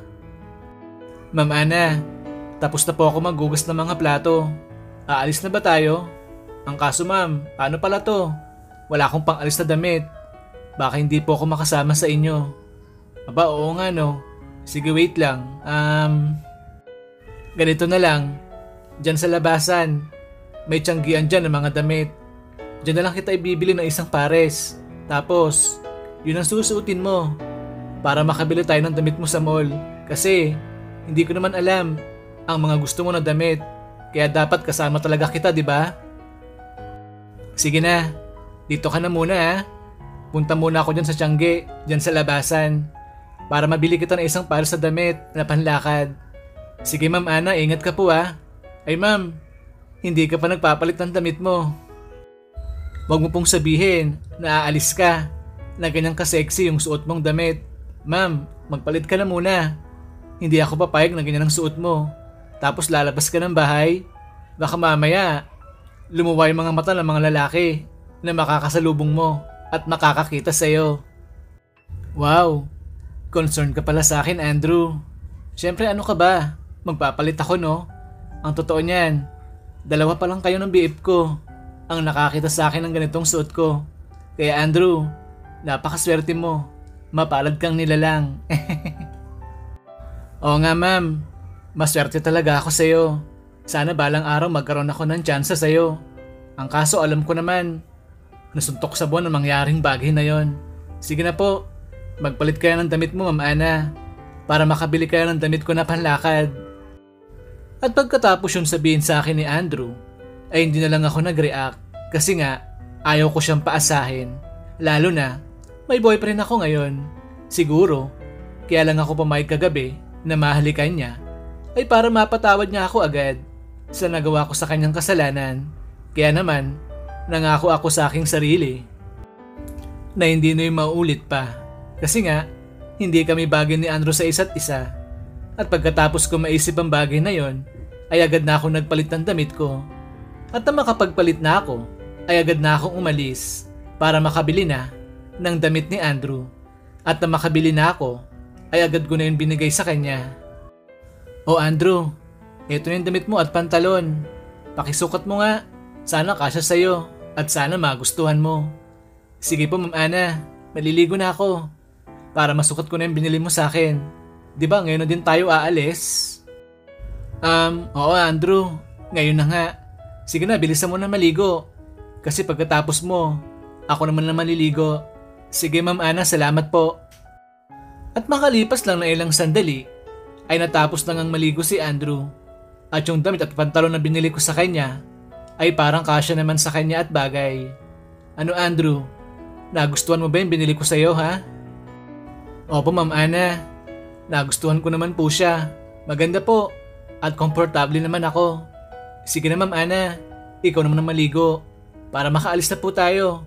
Excited po kasi ako sa date natin ngayon. Joke lang, pinapatawa lang kita Ma'am Ana. Ay naku Andrew, puro ka kalokohan dyan. Sige dito ka na muna at ako'y maliligo na. At pagkatapos namin mag-usap ni Andrew, ay agad na nga akong naligo. At pagkatapos kong maligo, ay agad na akong nagtungo sa aking kwarto para ako'y makapagbihis na at makapag-ayos ng aking sarili. Nang oras na yon, ay iniisip ko kung ano bang aking susuotin. Gusto ko kasi maging maganda ako sa paningin ni Andrew para naman hindi niya mapintasan ang aking pormahan. Agad akong pumili ng aking susuotin na damit at ilang saglit lang ay nakapili na ako ng damit na susuotin ko. Ang napili ko na suotin ay miniskirt na medyo maigsi at sleeveless na damit At ang okay na ako, ay agad na ako lumabas ng aking kwarto. At paglabas ko, at makita ako ni Andrew, ay napatitig siya sa akin na malagkit.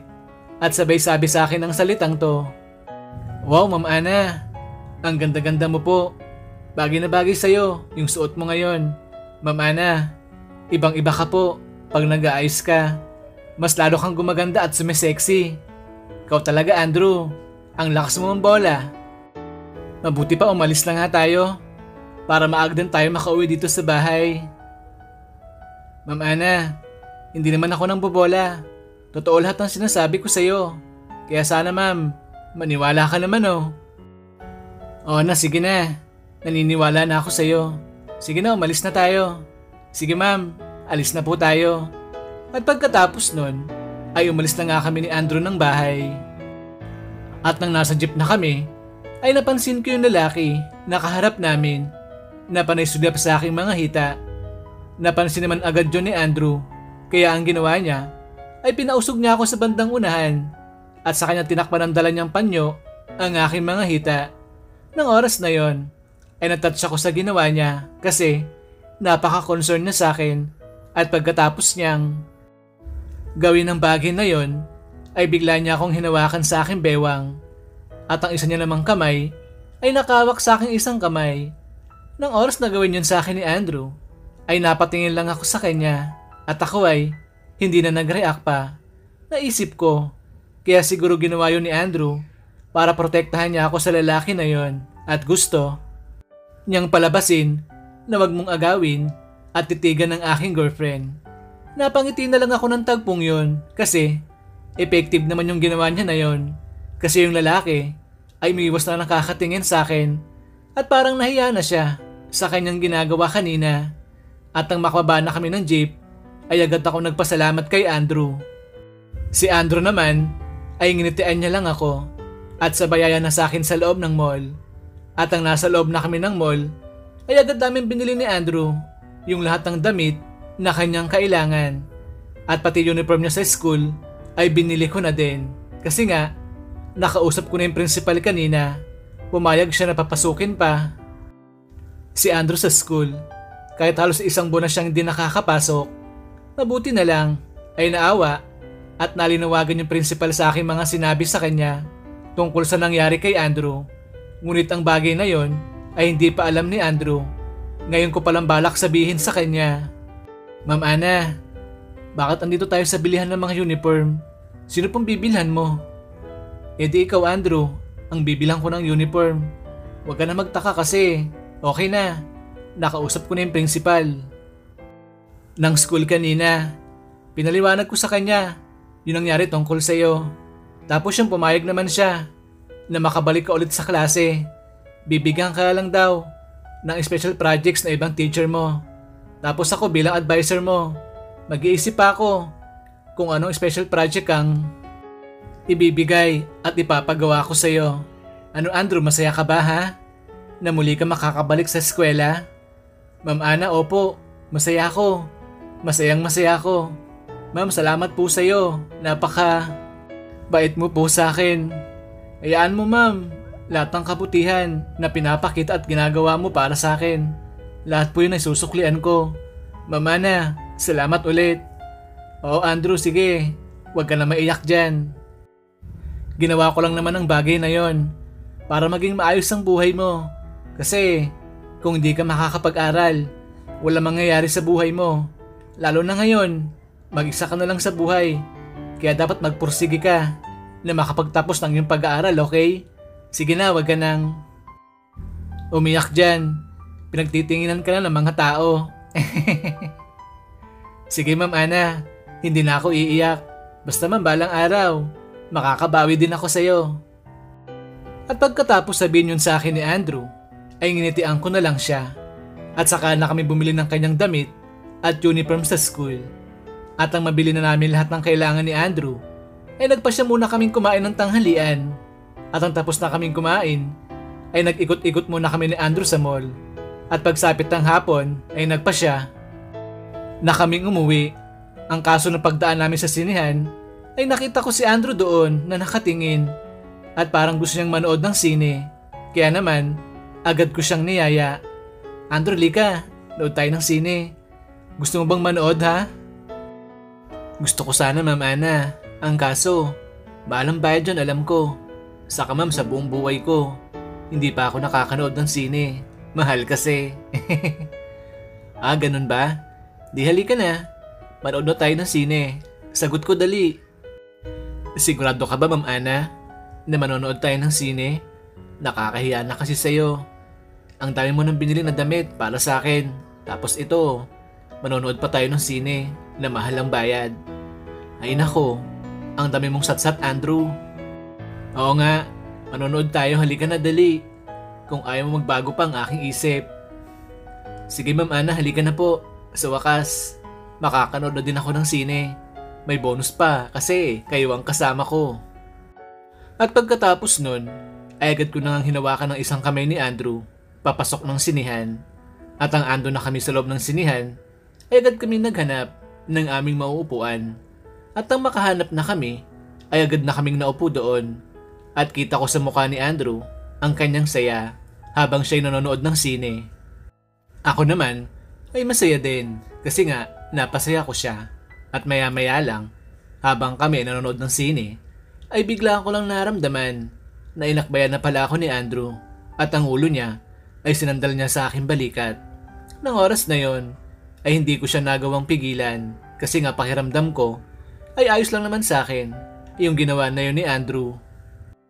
At paglipas na ilang mga minuto, ay bigla nang bumaba yung kamay ni Andrew papunta sa aking bewang. At pagkatapos nun, ay sa kanya na ako niyakap gamit ang dalawa niyang mga kamay. Nagpatay mali siya na lang ako nun at hinayaan ko na lang siya na ako ay yakapin niya ng ganon. At maya-maya lang ay bigla nang humarap sa akin si Andrew at sabay hawak niya sa aking mga pisngi. At pagkatapos nun ay muli niya akong tinuka sa aking labi habang haplos-haplos niya ang aking likod. At ilang saglit lang pagkatapos niya akong tukain sa aking labi ay biglang nagsalita si Andrew at etong sinabi niya sa akin. Ma'am Ana, gusto po kita matagal na. Ma'am, pwede bang tayo? Pwede ba kitang mahalin at maging girlfriend ko? Or something, maging asawa ko? Ma'am, seryoso ko. Sana, bigyan mo ako ng pagkakataon. Mag-aaral ako ng mabuti at maayos, ma'am. Kaya sana pumayag ka na mahalin kita. Lahat yun gagawin ko para sa'yo. Para matanggap mo ko. At maging karapat dapat ako sa'yo. Ang kaso ma'am, may boyfriend ka. Pwede bang iwanan mo na lang siya? At ako na lang ang piliin mo?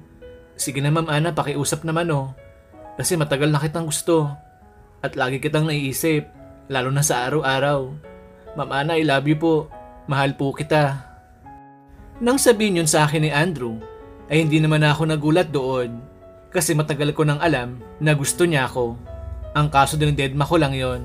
At hindi ko pinapansin sa dahilan magkalayong aming mga edad at isa pa teacher niya ako at siya ay aking estudyante. Kaya hindi talaga pwede na magmahalan kaming dalawa. At isa pa, may boyfriend din ako at siya ay mahal na mahal ko at hindi ko kayang kalimutan kailanman. Kaya naman, kahit nagtapat na sa akin si Andrew ng mga oras na yon, ay hindi ako nagsalita at ako ay nanatiling tahimik lamang habang nakatingin sa kanya. At dahil wala akong kibunon, ay muli akong niyakap ni Andrew at saka niya ako muling hinalikan. Ako naman ay muli ko siyang hinayaan na ako'y matuka niya sa aking labi. Kasi nga pakiramdam ko ay gusto ko din ang ginagawang pagtuka ni Andrew sa aking labi. At pagkatapos niya akong matuka muli, ay muli siyang nagsalita at etong sinabi niya sa akin. Ma'am Ana, sige po. Kung ayaw mong sagutin yung tinatanong ko sa'yo, okay lang sa akin yon. Basta ang hiling ko lang sa'yo, hayaan mo lang po na mahalin kita. Ipapakita ko sa'yo Ma'am Ana at ipapadama kung gaano kita kamahal. Ma'am, I love you so much.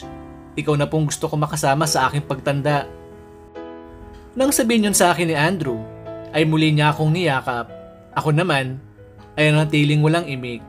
Ngunit na mga oras na yon, ay damang-dama ko ang kanyang pagkaseryoso sa akin. Kaya naman dahil doon, ay napayakap na din ako sa kanya na mahigpit habang napapatigit na sa kanya ang aking mga cocomelon. At pagkatapos ng tagpong yon, ay sakto naman natapos na yung pinapanood namin ni Andrew. Kaya naman nagpasya na kami umuwi. At habang palabas na kami ng sinihan, ay mag-holding hands kami ni Andrew. Ngunit, wala nagsasalita sa aming dalawa. Siguro marahil ay nagkakahiyaan na kaming dalawa sa dahilan na nagtapat na sa akin si Andrew. Ang kasong iniisip ko naman ay bakit hinayaan ko muli na mahalikan ako ni Andrew sa aking labi. Kasi nga, ayaw ko na sanang mangyari pang bagay na yon. Kasi baka sa huli ay masaktan ko lang siya at siya ay umasa lang sa wala. Ngunit na mga oras na yon ay wala na akong nagawa pa. Kasi ando na yon, nangyari na siya. Kaya dapat sa susunod, kung makakaiwas na ako, ay dapat ko nang gawin talaga para sa kakabuti namin pareho ni Andrew. At pagkalipas ng 1 oras na biyahe naming dalawa, ay nakauwi na kami sa apartment ko. Pagod na pagod ako nun, kaya sinabi ko kay Andrew na magpapahinga na ako. Andrew, magpapahinga na ako ha.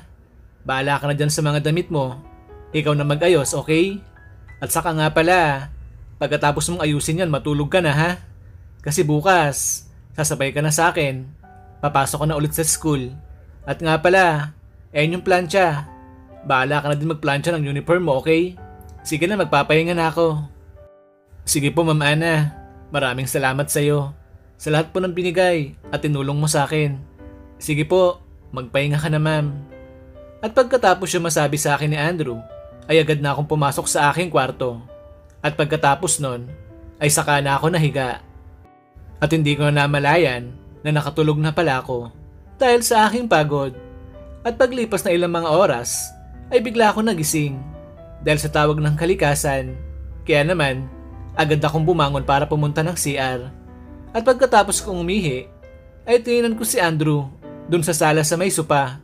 At nakita ko ang sarap ng tulog ni Andrew. Kaya naman muli na akong bumalik sa aking kwarto. At saka na ako muling bumalik sa aking pagtulog. Kinaumagahan pagising ko, ay nakaamoy ako ng mabangong pagkain. Kaya naman agad ako lumabas ng aking kwarto. At paglabas ko, ay nakita ko si Andrew na nagluluto siya ng aming agahan. Kaya naman, agad ko siyang nilapitan. O Andrew, bakit ikaw pa nagluto niyan? Sana hinintay mo na lang ako na magising. Kaya mo ba yan ha? Opo, Ma'am Ana. Kaya ko naman magluto. Sa bahay, ako nang gumagawa ng mga to. Pagpagod na si Mama galing sa trabaho niya. Halika na, Ma'am, kain na po tayo. Maghahain na ako. Luto ng pagkain na to. Sige Andrew, salamat ha. Sige, halika na. Kumain na tayo. At may pasok pa tayo pareho sa school. Sige po, Ma'am Ana. Kumain na tayo. At pagkatapos nun, ay kumain na nga kami ni Andrew ng sabay. At pagkatapos namin kumain ng agahan, ay agad na ako naligo. Si Andrew kasi nakaligo na siya. At siya ay magbibihis na lang. At ang tapos na akong maligo, ay agad ako nag-ayos ng aking sarili. At ang okay na kami ni Andrew, ay agad na kaming umalis papunta sa paaralan. Naging maayos naman yung pagbalik ni Andrew sa paaralan at siya ay binigyan na lang ng special projects ng iba niya mga teacher para mahabol ang kanya mga grado. Nagawa naman yun ni Andrew. Kaya naging masaya ako para sa kanya. Ngunit ako, nag-iisip pa kung ano bang special projects ang ipapagawa ko sa kanya bilang advisor niya. At lumipas ng mga linggo, naging maayos naman ang pagpasok ni Andrew sa paaralan. At gaya ng dati, ay muli siyang nakabalik sa pag-aaral at sa kanyang momentum sa pag-aaral. Kaya naman dahil doon, ay akong lubos na mas natuwa para sa kanya. At ang sama namin ni Andrew ay mas lalong lumalim pa. Kasi napakabait niya sa akin at pinapakita niya sa akin at pinapadama ang kanyang pagmamahal sa araw-araw. Kaya dahil doon, ay parang nahuhulog na ako kay Andrew. At pakiramdam ko ay mahal ko na din siya. Ang kaso hindi ko lang yun mapadama at mapakita sa kanya. Kasi nga, hindi ko kayang talikuran ang aking boyfriend. Kasi mahal na mahal ko pa din siya. Kaya naman kinimkim ko na lang ang aking nararamdaman para kay Andrew. Isang araw kakauwi ko lang nun, galing sa school. At si Andrew naman ay naunang umuwi sa akin. Kasi may meeting kami nun ng mga advisor. Kaya pag uwi ko sa bahay, ay pagod na pagod ako. Kaya naman, ang sakit talaga ng aking katawan. Kaya na makita ko ni Andrew, ay agad niya akong inalok ng isang masahe. Ma'am Ana, mukhang pagod ka po ata ah. Ang tagal kasi ng meeting nyo, 8 PM na. Saka ma'am, parang masakit ata ang katawan mo. Panay hawak mo sa balikat mo at likod. Ano Ma'am Ana, gusto mo ba ng masahe? Para mawala yung pananakit ng katawan mo? Oo Andrew, masakit nga ang katawan ko. Sige, pakimasahe mo naman ako. Okay lang ba sa'yo ha? Yes Ma'am Ana, okay lang sa akin. Sige ma'am, dumapa ka na dyan sa sopa para mamasahe ko na yung likodan mo at balikat. Sure ako ma'am, pag namasahe ko yan, giginhawa ng pakiramdam mo. Sige Andrew, maraming salamat sa'yo. At pagkatapos nun, ay agad na nga akong dumapa sa sopa at saka ko bagang tinaas ang aking damit para mamasahe na ni Andrew ang aking likod at mga balikat. At habang minamasahe ako ni Andrew, ay damang-dama ko ang ginhawa sa aking katawan, kaya naman sumaya ko at maya-maya lang ay pinabangon na ako ni Andrew kasi ang mga braso ko naman daw ang kanyang imamasahe. Ako naman ay agad sumunod sa kanya kasi nga pati braso ko nun ay bahagya din masakit. At ang nakaupo na ako sa sopa at katabi ko na si Andrew nun ay bigla kaming nagkatitigan ng dalawa at ilang saglit lang ay hindi ko na natagong aking nararamdaman para kay Andrew kasi nga ako na mismo ang unang tumuka sa kanyang labi. Pagtuka ko kay Andrew ay bigla ako nakadama ng saya at ang tukaan naming dalawa ay tumagal ng ilang mga minuto. At pagkalipas ng ilang mga minuto ay bigla akong hinawakan sa kamay ni Andrew at sa kanya ako niyaya papasok sa loob ng aking kwarto. Ako naman ay sumama na sa kanya. At ang ando na kami sa loob ng kwarto ko, ay muli akong tinitigan ni Andrew at mukhang alam ko na ang kanyang nais na ipahiwatig sa akin at yun ay ang mapaligaya niya ako. Kaya naman, nang akmang papaligayahin na ako ni Andrew, ay agad ko siyang pinigilan at ako hindi pumayag sa kanyang gusto. Andrew, teka lang, ano bang gagawin mo ha? Huwag mong ituloy yung binabalak mo. Sorry, kung akong nauna nang tumuka sa iyong labi, hindi ko sinasadya Andrew. Siguro kaya ako nagawang bagay na yon. Kasi namiss ko lang ang boyfriend ko. Di ba alam mo naman na may boyfriend ako? At mahal na mahal ko siya. Andrew, hindi ko kayang palitan ng aking boyfriend. Sana maunawaan mo ako sa bagay na yon. Sorry talaga Andrew ah. Sana huwag kang magalit sa akin pakiusap. At ang masabi ko yun kay Andrew ay biglang nag-iba ang kanyang muka at maya-maya lang ay bigla na siyang nagsalita. Ma'am Ana, ano ka ba? Nababaliw na? Ma'am, alam ko na ang lahat tungkol sa sinasabi mong boyfriend. Ma'am, matagal nang patay ang boyfriend mo. Sinundan kita ng isang linggo kung saan ka nagpunta. At nagulat ako kasi sa isang sementeryo ka nagpunta. At lahat ng sinabi mo sa boyfriend mo nadinig ko. Kaya yun, nalaman ko na siya palang tinutukoy mo na boyfriend mo. Ma'am, patay na siya. Mag-move on ka na po. Andito ako ma'am, buhay at nagmamahal sa'yo ng tapat. Ma'am Ana, alam mo naman di ba? Na matagal na kitang mahal at gusto. Sana ma'am bigyan mo na ako ng chance na maging girlfriend kita. Kalimutan mo na yung boyfriend mo. Kasi kahit anong gawin mo, hindi na siya babalik sa'yo. Kasi ma'am, patay na siya. Patay na siya. Ma'am, gising po. Huwag kang mabuhay at umasta na. Kasama mo pa din siya ngayon. Kasi nga, patay na yung boyfriend mo. Di na yun babalik sa piling mo kahit kailan. Nang sabihin yun sa akin ni Andrew, ay nakadama ako bigla ng galit sa kanya. Kasi nga, nang sinabi niya sa akin ng mga salita na yon, ay pasigaw. Kaya naman dahil doon, ay bigla ko siyang nasampal na malakas at saka ko siya napagsalitaan ng hindi maganda. Alam mo Andrew, ikaw, pinatren na kita dito sa bahay ko kasi naaawa ko sa'yo. Pero kung ganyan naman ang gagawin mo sa akin, yung didiktahan mo ko at papakailaman mong buhay ko, mabuti pa lumayas ka na dito sa bahay ko. Sige, lumayas ka na. Wala ka kasing alam, kaya ganyan ka magsalita sa akin ngayon. Lumayas ka na, at kahit kailan huwag ka na magpapakita sa akin ha. At pagkasabi ko nun kay Andrew, ay hindi siya nakapagsalita, kaya naman wala na siyang nagawa pa, kundi umalis na lang ng aking bahay at tanging titig na lang ang napakita niya sa akin. At nang wala na si Andrew sa aking harapan, ay doon na ako umiyak ng umiyak kasi nga miss na miss ko ng aking boyfriend. Oo, tama nga si Andrew. Matagal nang patay ang aking boyfriend. Ngunit kahit patay na siya, ay hindi ko din siyang magawang makalimutan kasi nga sobra-sobra ang pagmamahal ko sa kanya. At sobrang sakit din kasi sa akin yung nangyaring pagkamatay niya. Biro mo 2 araw na lang kasi bago kami ikasal ay bigla siyang naaksidente sakay ng kanyang motorsiklo. Kaya dahil doon, kahit 8 taon na siyang wala sa aking piling, ay hindi ko din kayang tanggapin ang pagkamatay niya.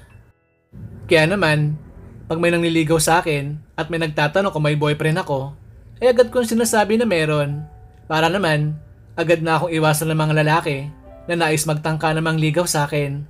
At kung minsan pa nga, may mga time na nai-imagine ko na kasama ko pa siya dahil sa aking pagmamahal sa kanya. Kaya dahil doon ay hindi ko makita ang pagmamahal na pinapakita sa akin ni Andrew at siya ay binabaliwala ko lamang. At pagkatapos ng tagpong yun, ay iniyak ko lang ng iniyak hanggang sa hindi ko na malayan na ako'y nakatulog na. At makalipas sa ilang mga oras, ay bigla ako napasigaw at ako ay nagising kasi napanaginipan ko ang aking boyfriend. At parang sinasabi niya sa akin na ako ay muli magpatuloy na sa buhay kahit hindi ko na siya kasama.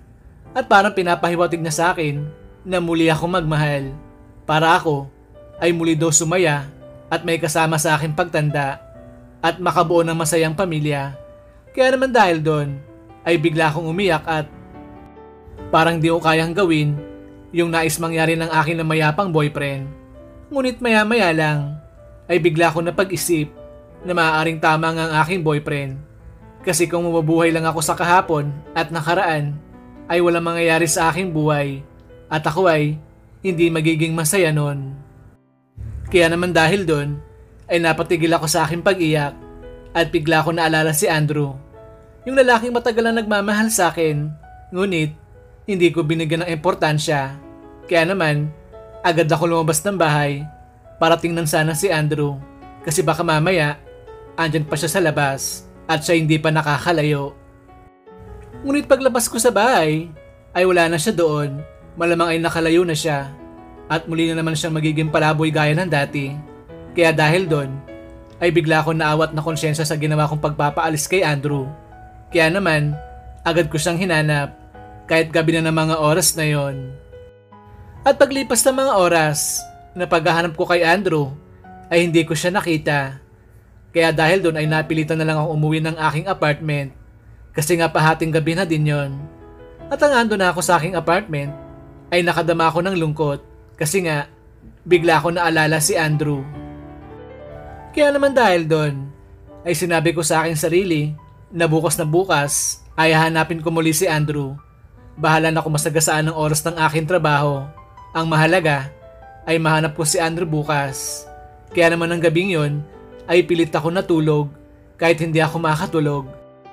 At paglipas naman ng mga oras na pagpikit ko sa mga mata ko ay nakatulog na din naman ako. At pagising ko kinaumagahan ay agad kong hinanap si Andrew. Halos buong maghapon ko siyang hinanap. Ang kaso, hindi ko talaga siya makita. Kaya naman, umuwi na lang ako ng bahay noon para magpahinga. At paglipas na 1 linggo na paghahanap ko kay Andrew ay hindi ko talaga siya makita. Kaya naman, nagpasya na akong itigil na lang ang paghahanap ko sa kanya. At isang gabi, habang ako'y nag-iisa sa aking apartment, ay bigla ko naalala si Andrew. Lalo na, yung mga ginagawa niya sa akin. Gaya ng pinagluluto niya ako, minamasayang aking katawan, at kung ano-ano pa na bagay na kinatutuwa ko. Kaya naman na maalala ko yun, ay bigla ko napaiyak kasi doon ko lang napagtanto ang kahalagaan sa akin ni Andrew. At dahil malungkot ako noon, ay nagpasya akong punta ng aking na mayapang boyfriend sa sementeryo kahit gabi na ng mga oras na yon. At ang ando na ako, ay agad akong humingi sa kanya ng sign. Pag nakita ko si Andrew ngayong gabi, ay gagawin ko ng nais ng aking boyfriend. Yun ay ang kalimutan na siya at ako ay tuluyan na mag-move on. At pagkalipas ng halos 30 minutes na pakikipag-usap ko sa harapan ng puntod ng aking boyfriend, ay nagpa siya na ako umuwi sa aking apartment. At ang paalis na ako ay bigla ako nagulat At ako'y napasigaw pa ng malakas ng mga oras na yon. Kasi nga, bumungad na sa aking harapan si Andrew na sobrang dungis na at halata pa sa kanyang itsura na siya ay gutom na. Kaya naman nang makita ko siya na gano'n ang kalagayan, ay agad ko na siyang nilapitan. At ako ay hindi na nagsayang pa ng oras. Agad ko niyakap si Andrew ng sobrang higpit. At pagkatapos nun, ay saka na ako nagsalita. At itong mga sinabi ko sa kanya. Andrew, sorry kung nakapagsalita ako sa iyo ng hindi maganda. Patawarin mo ako, Andrew ha. Halika, umuwi na tayo para makaligo ka na at makakain. Alam ko gutom ka na. At pagkasabi ko nun sa kanya, ay niyakap niya lang din ako at siya ay hindi na nagsalita. At pagka-uwi namin sa aking apartment, ay agad kong pinaligo si Andrew. At habang siya naliligo ng mga oras na yon, ay naghanda ako ng kanyang pagkain. At pagkatapos siya maligo, ay agad ko na siyang pinakain. Ako naman ay naligo na din kasi kumapit sa akin damit yung mga grasa na nagmula sa damit ni Andrew. At nang tapos na akong maligo, ay nagsuot ako ng sexing damit na pantulog na alam ko na ikakatuwa naman ni Andrew. At nang tapos na akong makapag-ayos ng aking sarili, ay agad ko nang binalikan si Andrew dun sa may kusina kung saan siya kumakain ng hapunan. At nang makita ko ni Andrew, ay agad siyang napanganga sa akin. At alam ko sa aking sarili na nais niya muli akong paligayahin. At di pa man ako nakakalapit sa kanya, ay bigla na siyang tumayo at saka na siya lumapit sa akin. At nang magkaharap na kaming dalawa, ay agad niya ako niyakap at sabay tuka sa aking labi. Ako naman ay nakipagtukaan na din sa kanya at hindi ko na pinigilan pa ang aking sarili na siya'y aking mahalin. At pagkatapos namin magtukaan ni Andrew, ay saka na siya nagsalita. Ma'am Ana, mahal na mahal po kita. Kaya ako ginagawa sa'yo mga bagay na to. Sana ma'am, mahalin mo din ako. Alam mo ma'am, bigyan mo lang ako ng tsansa na mahalin ka. Magiging mabuting boyfriend ako sa'yo or asawa. Ma'am, pakiusap po. Huwag mo nang pigilan ang sarili mo na ako'y mahalin din. Alam ko ma'am, may pong din ako sa iyong puso. Kaya sana kalimutan mo na yung boyfriend mo. Bumuo na tayo na masasayang alaala na tayong dalawa lang, Ma'am Ana. Pangako po, magtatapos ako sa pag-aaral para mapatunayan ko sa iyo na ako'y karapat-dapat para sa iyo. Ma'am Ana, I love you so much. Nang sabihin yun sa akin ni Andrew, ay nagkatitigan kaming dalawa habang sabay kami na naiiyak pa. At pagkatapos ng tagpong yun, ay saka na ako nagsalita. At binigay ko na kay Andrew ang aking matamis na oo. At pati ang kaligayahan na kanyang inaasam-asam. Andrew, patawarin mo ako sa mga nasabi ko sa iyo. Sana hindi mo yon minasama ha. At sana bigyan mo din ako ng pagkakataon na mahalin ka. Oo Andrew, mahal din kita. At hindi ko na kayang itago pa sa iyo. Andrew, I love you so much. Hindi na ako papayag pa na mawala ka sa akin o lumayo. Kasi Andrew, mahalaga ka sa akin. Alam mo bang nalungkot ako nang umalis ka? Pakiramdam ko, hindi ako buo at parang may kulang sa akin. Kaya Andrew, sige, payag na ako na maging girlfriend mo ako. Kahit malayong agwat ng mga edad natin. At sige, magtapos ka sa iyong pag-aaral. At ako nang bahala sa iyo. Andrew, mahal na mahal kita sobra. At pagkatapos ko yun masabi kay Andrew, ay tinitigan niya ako ng malagkit. At alam ko ng sunod na mangyayari. Kaya naman, makalipas na ilang segundo, ay muli akong tinukaan ni Andrew sa aking labi. At pagkatapos nun, ay sa kanya na ako pinaligaya. At habang ako'y pinapaligaya niya, ay damang-dama ko. Ang saya nun, kasi nga, ilang taon din ang lumipas bago ako napaligaya muli. Kaya naman naging memorable talaga sa akin ang gabing yon na ako ay nagawang mapaligaya na ni Andrew. At pagkatapos niya ako mapaligaya, ay naulit yun na ilang mga beses. Kaya naman, natuwa talaga ako nun at lalo na si Andrew. Ma'am Ana, simula ngayon akin ka na ha. Ako lang lalaking mamahalin mo. I love you Ma'am Ana. Oo Andrew, simula ngayon, sa iyo lang ako. At ikaw lang lalaking mamahalin. Kung habang buhay, wala na akong pakialam sa sasabihin sa atin ng ibang tao. Ang mahalaga ay masaya tayong dalawa, di ba? At nagmamahalan. Salamat Ma'am Ana. Pangako, Hindi ka magsisisi sa akin. At nga pala ma'am, malapit nang matapos ang fourth quarter natin. Pero wala ka pang special projects na binibigay sa akin. Baka pwede ma'am, bigyan mo na ako para magawa ko na siya. Andrew, nagawa mo na special projects na nais ko. Alam mo na kung ano yon. Baka naman pwede mong ulitin ngayon. Kasi alam mo na, matagal akong walang boyfriend. Walang nagpalagaya sa akin ng maraming taon. At nang sabihin ko yun sa kanya, ay napa. Ngiti na lang sa akin si Andrew. At maya-maya lang, ay muli niya akong pinaligaya nang walang katulad sa buong buhay ko. Naging masaya kami ni Andrew at siya ay nakapagtapos ng kanyang pag-aaral sa kursong engineer dahil dun sa akin tulong. At pagkatapos nun, ay kinasal na kaming dalawa at kami ay nagkaanak ng 3. Sa ngayon, ay masaya kaming dalawa ni Andrew na namumuhay kasamang aming mga anak. At yan pong storya kung paano bumigay ang isang gaya ko na teacher sa aking estudyante. So ayun, tapos na yung full story natin. Sana po nag-enjoy kayo. Maraming salamat po. Bye-bye!